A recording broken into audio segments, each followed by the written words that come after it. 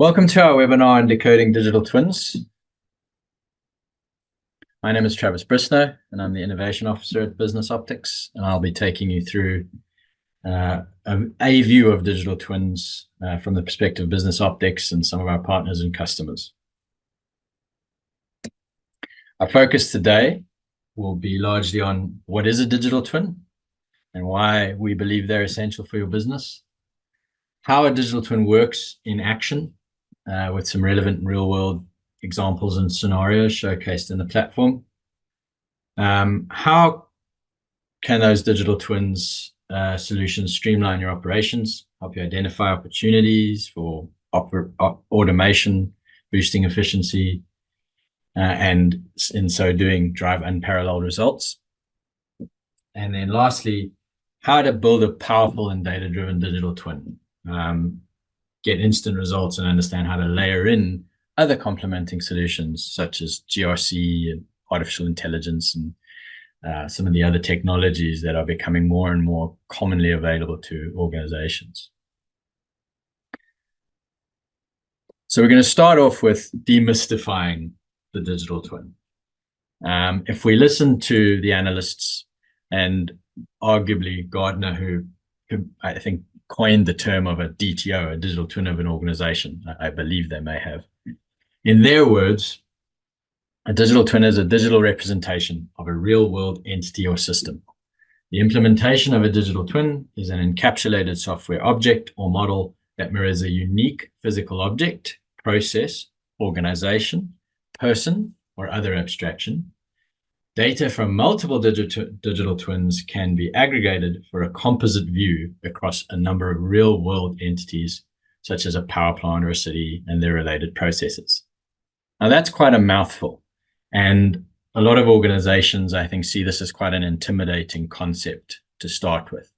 And so at BusinessOptix, we tried to break it down in a slightly clearer, more manageable, into slightly more manageable chunks.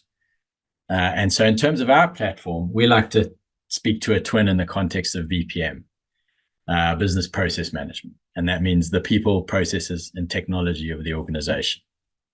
And so creating a digital twin is about creating a digital copy of your business's core components, which allows you to better support your strategy and objectives through more informed decision-making and transformation in the deployment of your people, processes, and technology.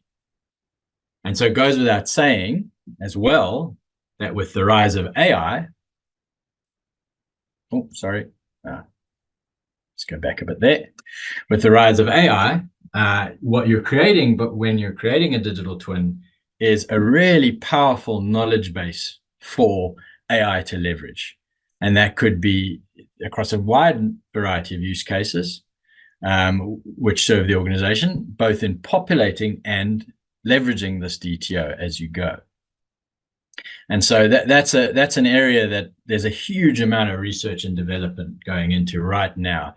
And again, having this repository at the heart of your digital twin, which a platform like BusinessOptix serves as, is just an incredibly important part of a piece of the puzzle.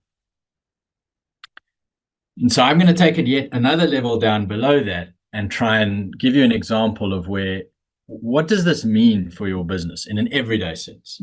And how can we start? And I believe we start by breaking it up again into more component parts.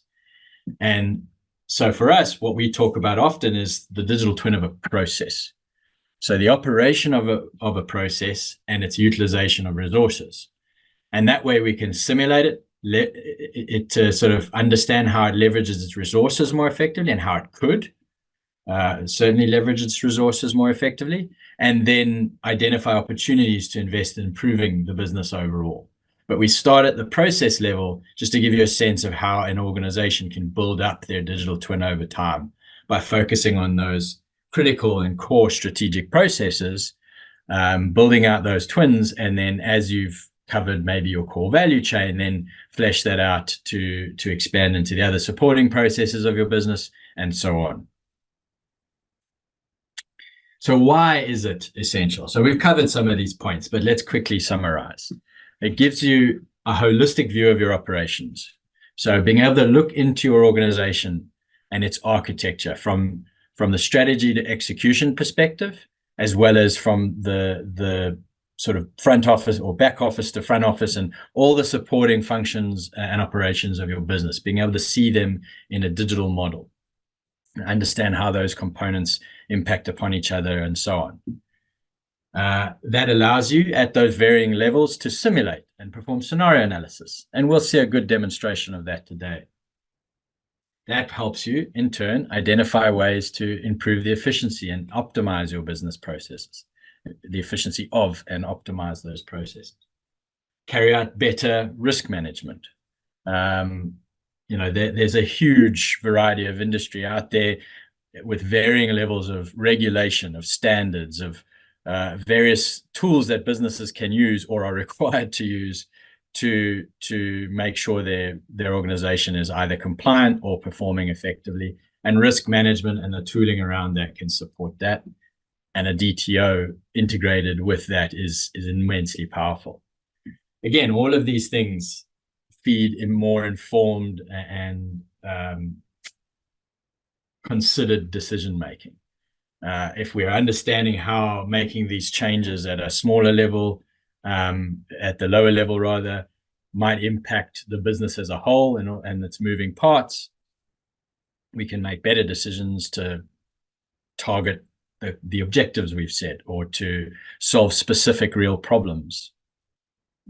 Again, touched on this, but it is obviously a rich source of insight for AI. If you have a even remotely accurate and robust model of your business, from a BPM perspective and from a more architectural perspective as well, AI can really get to grips with your platform, your organization, and start to assist you in a number of different ways, whether it's just as simple as bringing useful information to your end users and your stakeholders, or whether it's about identifying opportunities based on universal industry-wide benchmarks, or whether it's about understanding in the first place how you run your business by talking to the SMEs and the stakeholders in your business about how things are done today. Again, all of this is done in a very collaborative and transparent way, communicating with the platform, communicating with your staff. An obvious benefit of a digital twin should be that you are more adaptable and agile and can adapt to change more readily. And we see that as an obvious benefit. The more robust the model you have of your business, if I'm going to change this key component, what else does it affect? And we can then very quickly adapt. Again, all of this rolls up to strategy. We've set these core objectives for the business, whether they be cost saving or some ESG and environmental and social related metrics, or whatever they may be, just simply making the business more cost effective, more performant. The strategic planning of the business can start at the top, and we can see how all of those lower level activities from the process level to people and technology support those objectives. And then in time, as you develop out more and more of that twin and more of your processes are twinned and the other components of the business, you're then able also to start to do more real-time monitoring, continuous improvement, look for opportunities, in a more ongoing way. And so that's going to bring us nicely now to an opportunity to quickly show you what that might look like in BusinessOptix. So we already highlighted for you that, we believe it can start. One way of starting is by twinning, by discovering and twinning a process and being able to look into that process and identify opportunities and so on. And that's what I'm going to show to you today. So I'm going to switch over to our platform. And so welcome to our BusinessOptix platform. And just to kind of preface it, I'm going to talk to you very quickly about what we're going to cover today. So one of the ways in which you can discover process alongside traditional modeling, alongside some of the very cool tools that are being developed in AI, one of the more common tools for certain process areas today is process mining. So I'm going to start there, show you how we can use a log file to very quickly capture the real accurate depiction of the process as it is today, at least according to the system and the log file. bring that into a process, show you how we can see the end-to-end business process, capture the other elements, the hidden factories and so on, start to look at other implications of the process, whether they be, people and technology or risk and so on. I'm then going to simulate the process, leveraging the metadata and the metrics from process mining, look for ways to improve that process. I'll then skip ahead a little bit and show you how I've leveraged those insights to propose an improved process. And then finally show you how that feeds into the more organizational level of the twin, at least from the perspective of where should I invest my time and effort and money from a transformation perspective.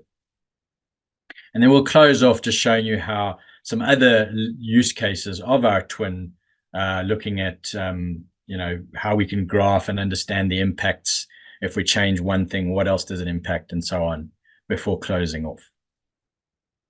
So that's just a very quick summary of what I'm going to talk to. I'm now going to show it to you.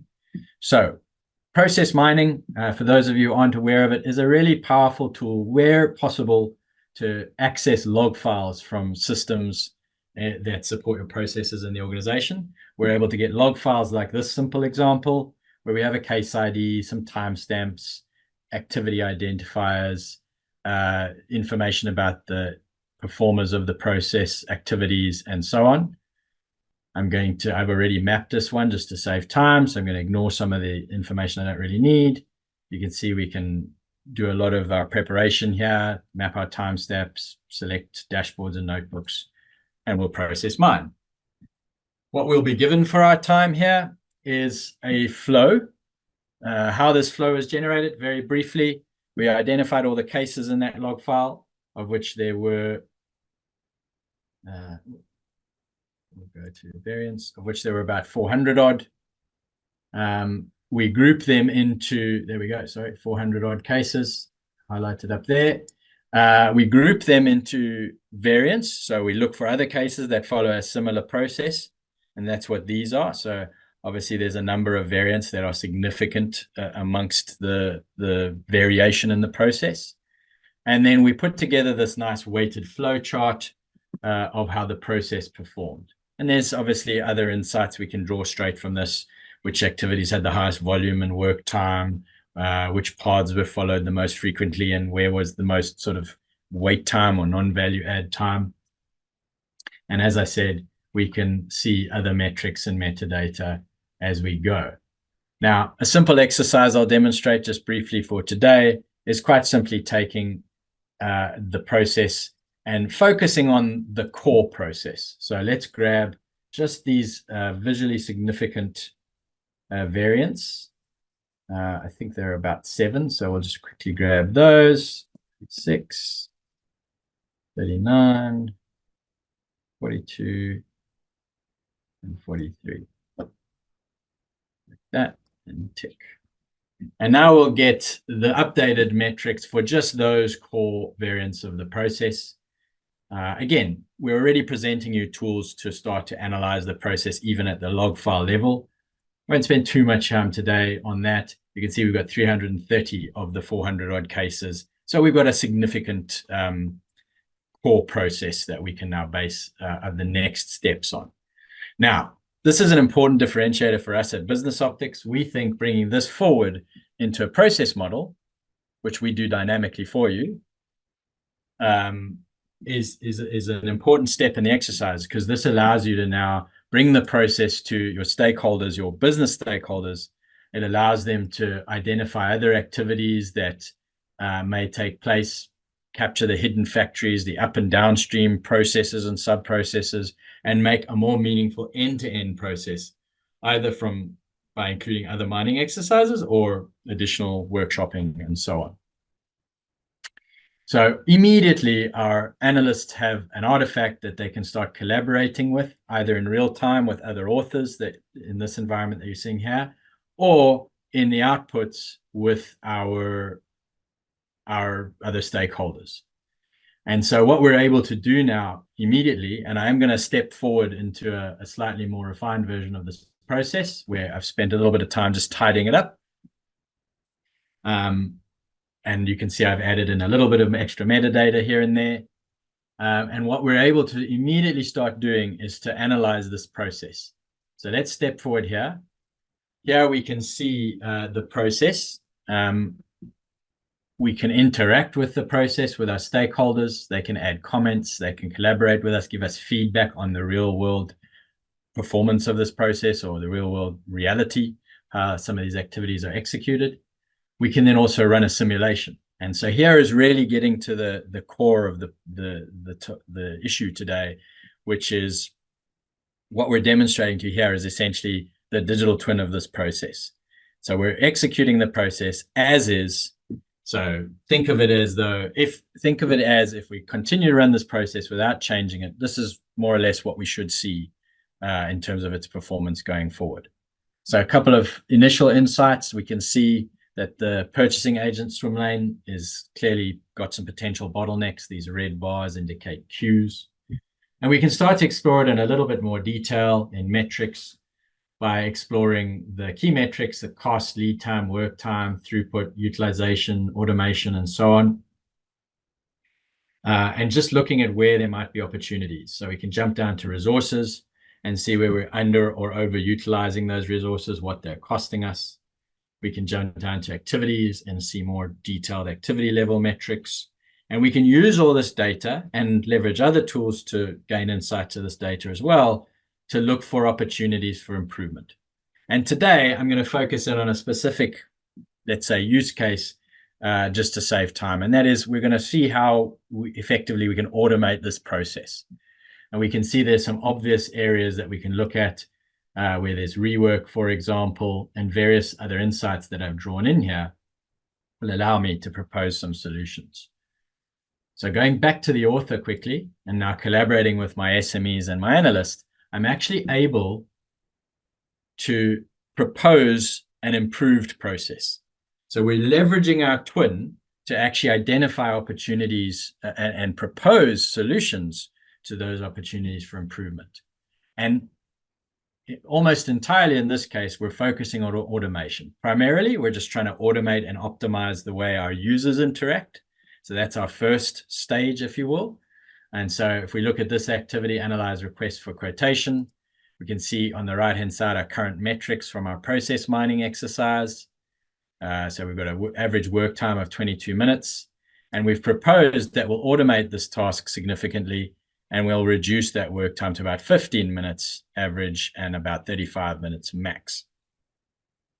Now, we've done that throughout the map, and we've also proposed that one of the core issues with this process, which it actually turns out was this little rework loop here, would be improved by automating this. And if we look at this link here flowing out from Amend RFQ, we can see that we're expecting to reduce our rework there from about 43% to about 10%. So we've given now some potential opportunities for improvement. We've taken it one step further, just for context, by introducing an additional scenario. And these scenarios can be leveraged to do everything from operational resilience exercises, so to stress test your processes, to considering alternative options for improvements. And in this case, in addition to automating the process, we're proposing an RPA-focused implementation where we really leverage RPA to further automate, in this case, primarily the purchasing agent's functions. So if I just go back here, I can expand this scenario, and I can see that each of these steps in the swim lane we're proposing through RPA to improve significantly, and in so doing also reduce the number of resources that we need, the human resources that we need to attend and oversee that set of activities. So now that we've got both of those set up, we go back to our process and we can simulate, run our twin essentially. If we make those decisions, if we make those investments, what would the improvements be? So lastly, we simulate the process. And we see, again, those bottlenecks. We switch forward to the 2B, and we can see how we've reduced those bottlenecks considerably. and we go to the 2B, but with the RPA investment, and a bit hard to see, but we reduce those even further. And again, more meaningfully, we can dive in here and you can see that we've made a significant cost saving. Obviously, it's not taking into account right now the cost of implementation. We'll touch on that in a moment. We've made a cost saving of 416,000 for operating costs per year. Huge reduction in lead time, and even further between just the 2B and the 2B with RPA, and various other improvements that we can call out. You can go down to our resources and compare the utilization of our resources and see that we've actually improved upon that. So a good example here as well, we had very high utilization of the 10 purchasing agents we had in the past. We have quite low utilization of the 2, at a far reduced cost that we now have, and so on. We go back to the activities again and see how those different metrics compare, including things like our rework and other metrics. And then just to close off on this view, we can then also see, taking into account the cost of implementation of the proposed changes, we've got a nice business case view that we can share with management to show the expected return on investment. Now, all this is well and good, and this serves as a very powerful visualization of that use case. So using our digital twin to identify opportunities and to demonstrate how they might be achieved. How do we look at this more organizationally?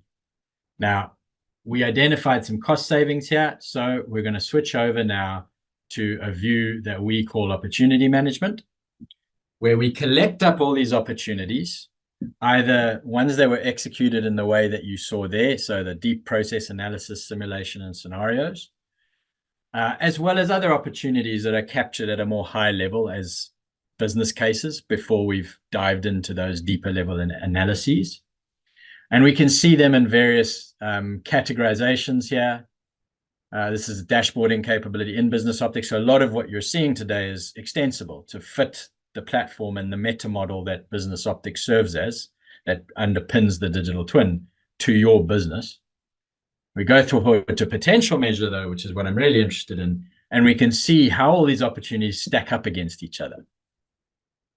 So if we look at our opportunity, which is this red block, we can see that there's a cost reduction of about 416,000 compared to other processes where there are greater or smaller cost savings. But how does it compare on total cost? How does it compare on proportionally in the process? How does it compare on lead time reduction? How does it compare in process, etc.? So these metrics could well be different for each business. Different organizations and different industries would be interested in different metrics from a performance perspective, from an ESG perspective, from a whatever your strategic objectives are. And those can all be supported in this model and fed through. And we can then make better decisions about which of these initiatives to actually invest in. And so taking it to one last step at this view, at the very sort of analytical view, we can then also start to record how we actually realize those benefits over time. And that could be in the shape of feeding data into our processes through integrations and so on, and seeing how those processes improve and then feed into here compared against that previous performance. And we can see how those actual benefits are being realized. Could also just be that we're capturing those results so that we can report back to management over time. But obviously, it's the goal of the digital twin to become a bit more integrated and have this happening in a more real-time or live fashion. There are two other last pieces that I want to illustrate. We've spoken a lot about digital twin and what it looks like from an analytical perspective, how you can leverage AI and so on. We haven't spoken as much about the human element and how the repository can be served to your staff and your organization, which will also benefit, you know, the investments that we're intending to make in AI and so on, and each business is intending to make as well. And that is to say that the platform also becomes a repository. So here's just a simple example of how you can categorize your processes. We can drill down to the processes that belong to each part of the business. When we're onboarding new staff, when we're trying to understand the hierarchy, the architecture of the business is really important. So we'll drill back down to that same process we've been looking at.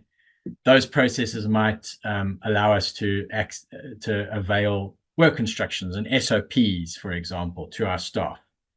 Some of these activities may in turn be automated, but capturing this knowledge and understanding how it works is very important and very valuable to the business. When we start making changes, we might then also want to identify the impacts of those changes. So as a final visualization of one of the ways of looking at a digital twin of an organization, I've got this tool, which allows me to understand of all the concepts that make up my digital twin: processes, roles, technology, systems, so people and technology, and a variety of other concepts that I'm not necessarily highlighting here. We can start to see how they relate to each other. So here's that process we've been looking at. These are some of the roles that participate in it. If we're looking at implementing a lot of automation and RPA around our SAP implementation of that process, we might want to now go and explore, where else will that impact me? So SAP, for example, is leveraged in these two other processes as well. So what might that impact upon if we start to explore? And so we can really start to unpack this, whether it's from the perspective of systems and people, which is two of the more common areas that we might leverage the DTO, or whether it's through the perspective of risk and compliance, or whatever the case may be. We can start to do better change management and so on. And so I hope that's been a relatively clear idea of one approach to constructing and leveraging a DTO at a lower level while you're building out the more organizational twin. And so what I want to leave you with now as we close off is really how do you get started? So we've just looked at a twin. I obviously had a little bit of a head start there, but how do we build a digital twin and start to get those instant benefits in the way that I just described? And I have a couple of just simple steps that BusinessOptix supports immediately that you can think about. So where do we get started? Well, one of the first activities we encourage any of our customers is discover your master data and any existing knowledge bases.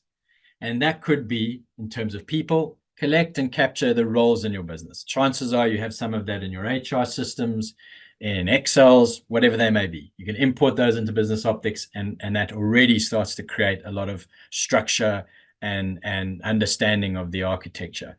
Processes. Identify existing processes and process-related information, SOPs, Visios, all sorts of different modeling tools or approaches are taken. We've built so many tools to try and help those businesses ingest those into the model. We're leveraging AI at the moment to meaningfully process SOPs and to ingest those, turn them into SOPs in BusinessOptix or processes.